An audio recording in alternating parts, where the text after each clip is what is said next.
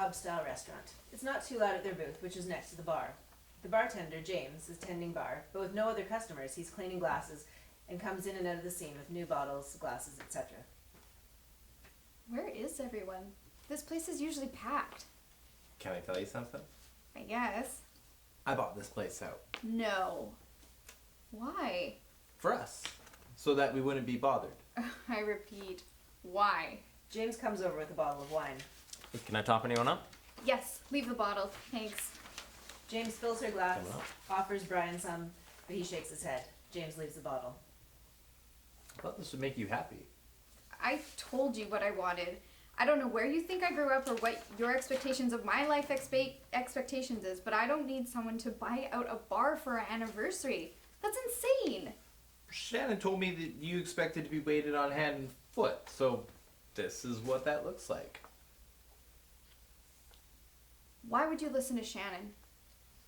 She's the best woman at relationships, and so I thought she was giving me good advice as a wing woman, you know? She loves you. At this, Brian calls over to James. I need something stronger. Whiskey, single, no, double, on the rocks. Coming up. Molly gets up and paces a bit. She loves you. She's sabotaging us. Hold up, why are you so upset? You're not denying it.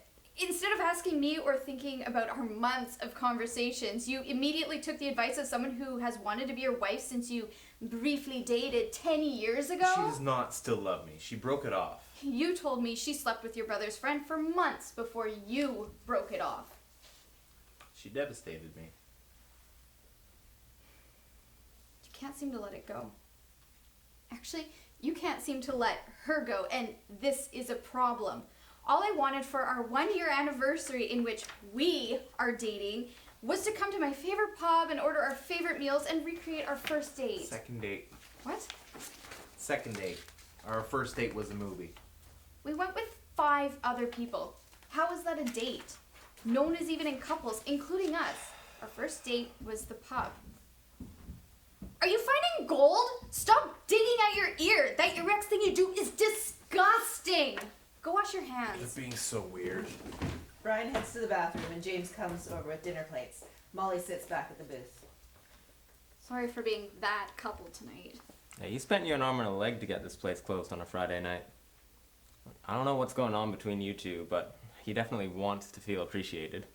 This goes a lot further than him wanting to save our relationship. I shouldn't be butting in. No, you really shouldn't. But while you're here, how much of our argument did you hear? Honestly, absolutely everything. I've heard a lot of relationship issues while bartending, and I'm pretty sure you need to break up. He isn't sure, but my guess is he needs to go back with that woman whose name starts with an S? Ooh, you really heard everything. Well, it's part of the job. You're the only one who's here. Look, I need to go unpack the latest shipment. Talk to the distributor before he leaves too. You good for now? James heads off. Brian comes back. Hey, you started without me. You start without me all the time. Like last week when I went over to your place. You were 10 minutes late, and the wings were getting cold. Well, it's here now. Start eating. Brian reaches over to steal some fries. Molly shoves the plate toward him.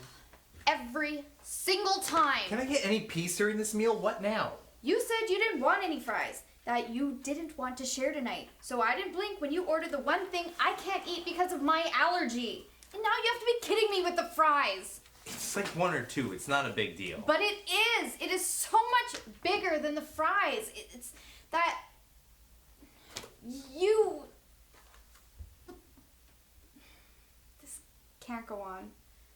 We cannot go on. We can fix this. Just need to sleep and reset tomorrow. No. We end this now. Excuse me? James heads over with another bottle of wine. You ready for another? Actually, no. Get me a to-go box. Sure. James goes to the bar to get a box. There's no reason to be rude to him. I'm paying him $33 a minute. I'll act however I want.